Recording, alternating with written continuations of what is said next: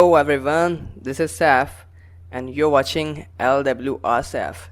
In this video I'm going to show my cost and management accounting answer sheet, and along with that I have something to tell you. So in this paper I have scored 71 out of 100, actually 70.5, but because of rounding off it is turned into 71 out of 100, and this ATB denotes all the best. So let's move into this video. Yes, first thing first, statement or table. You know, statement or table are the integral part, is the integral part of costing. Costing में इनके बिना तो बहुत मुश्किल है, because it represents a huge data in simple form, है ना? तो you have to be well prepared to prepare a statement with what rows and column. You should not be confused in this. Second point is priority. Second priority मैंने इसलिए कहा है क्योंकि second question में actually मुझे ज़्यादा कुछ आता नहीं था, but I had an idea कि हाँ करना क्या है, लेकिन मैं श्योर नहीं था कि मैं पूरा कर भी पाऊँगा. तो इसको अगर मैं करने बैठता तो I would have maybe lost some marks. बस लेकिन मैंने इसको क्या किया, इसको क्योंकि सारे क्वेश्चन हमें साथ में करने होते हैं तो मैंने इसकी जगह छोड़ दी, सो दैट बाद में अगर टाइम मिलेगा आधा टाइम तो मैंने इसको छोड़ दिया. फिर जब मैंने पूरा पेपर सॉल्व कर लिया, मेरे पास टाइम था, मैं इस स्ट्रैटेजी से चल रहा था कि टाइम बच गया. इस क्वेश्चन पेपर में आया और मैंने फिर इसको कोशिश करके जो भी करके सॉल्व किया, और ये सारे कैलकुलेशन सही है, बस इसमें कुछ कैलकुलेशन में इसमें कुछ गड़बड़ हो गई. उसकी वजह से देखो 0.5 मार्क्स मिल गए, और इस 0.5 की वजह से ही आपको पता है 71 मेरा टर्न हुआ है, अदरवाइज 70 रहता. तो ऐसा एग्जाम्पल मैंने और भी दूसरे पेपर में आपको दिया है. तो I would say with this something is better than nothing. So let's move ahead. Working notes. हाँ, इस क्वेश्चन में वर्किंग नोट्स की तो हद हो गई. देखो ये क्वेश्चन है सी पार्ट, और सी पार्ट का मेन आंसर हमारा ये है. रिक्वायरमेंट था कि show statement of comprehensive cost, M और एन की हमें कॉस्ट बतानी थी, टोटल कॉस्ट कितनी आनी है और पर यूनिट. तो ये आ गई, लेकिन इसके मार्क्स है ही नहीं actually. The whole marks belong to this. ये हमारे वर्किंग नोट्स है. देखो 1, 1, 2, 2, 2, 4 एंड 5 के 5 मार्क्स हमारे, 5 मार्क्स का क्वेश्चन और 5 मार्क्स के ही अलॉटमेंट दो है, पूरा का पूरा वर्किंग नोट्स के खाते में गया.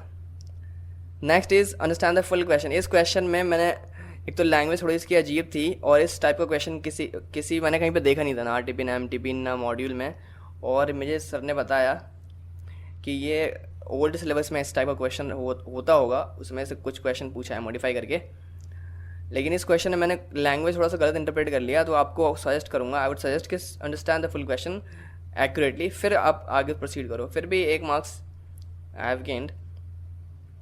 सो in the compulsory question I have scored 11.5 out of 20. This is not good, I know.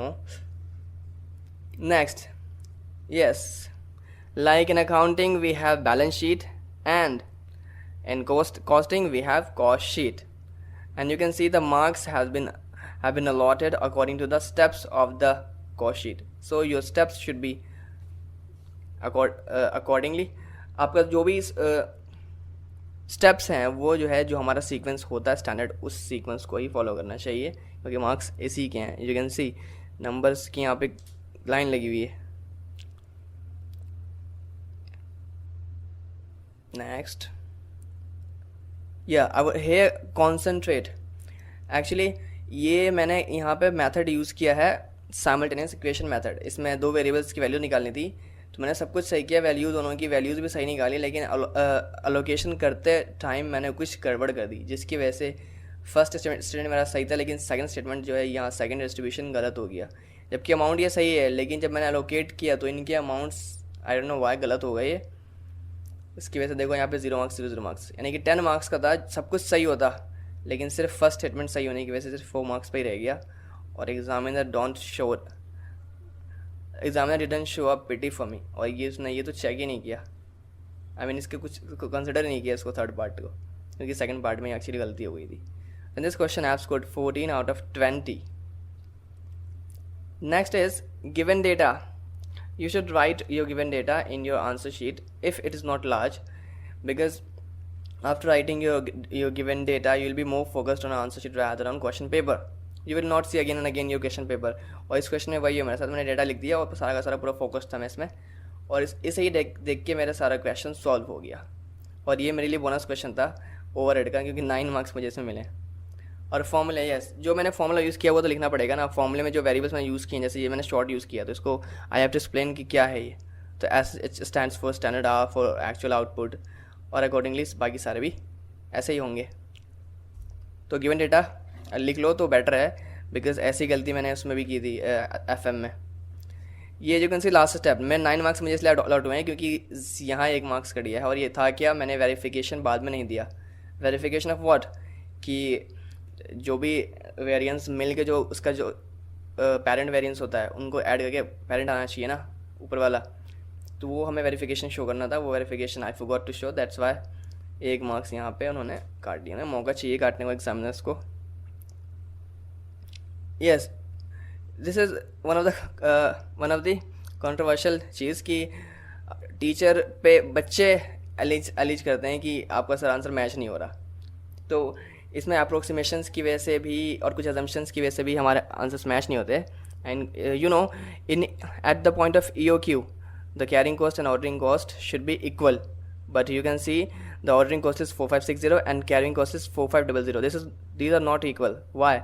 Because when I determined the ordering cost, I got 18.75 and it is not an integer, so I assumed 19 orders.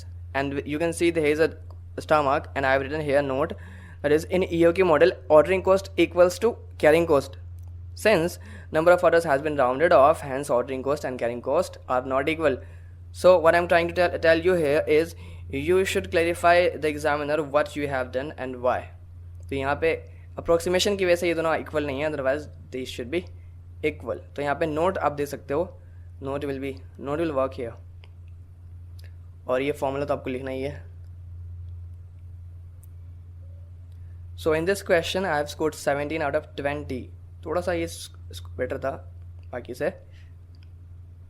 Next, theory. Yes, theory is a bonus part. If you have covered your theory then you will surely have an edge over the other students, because I didn't focus on theory.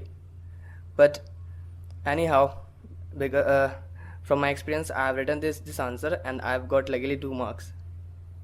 So if you are covering theory marks, then theory part, then you will definitely have an edge. 14 out of 20 in this question. But I'm telling you, मैंने theory पे focus नहीं किया था, इसकी वजह से एक आगे डिसएडवांटेज भी है। I'll show you. देखो इस क्वेश्चन में 5A में I've scored 8 marks. Why? सब कुछ सही है मेरा, सिर्फ यहाँ पे जो रिक्वायरमेंट थी कि टोल रेट पर व्हीकल सिर्फ कैलकुलेट करना है ना, कि ये किलोमीटर मैंने मैंने पढ़ा सही था, लेकिन मेरे मन में पता नहीं कहाँ क्यों आया किलोमीटर भी ऐड कर दिया उसमें, और फिर डिवीजन करने का रेट मतलब गलत आ गया। तो what I am saying is focus on requirement. What is the requirement of the particular question की रिक्वायरमेंट जो है वही निकालना, उस पर फोकस करना कि पूछा क्या है, कुछ और ना निकाल दो। इसकी वजह से देखो लास्ट स्टेप में 0 मार्क्स है, यानी कि 2 मार्क्स मेरे यहीं पे उसने एग्जामिनर में कट कर दिए। तो रिक्वायरमेंट ही सब कुछ है, रिक्वायरमेंट के लिए तो क्वेश्चन कर रहे हैं, तो focus on requirement. And again theory, you can see I have scored 0। I got nothing in this question. मैंने ABC पे फोकस किया था, लेकिन ABC के थ्योरी पे फोकस नहीं किया। I should have focus, at least I should have read this theory, क्योंकि ये जो ही पूछा गया था वो बहुत इजी क्वेश्चन था, लेकिन नहीं, क्या करो।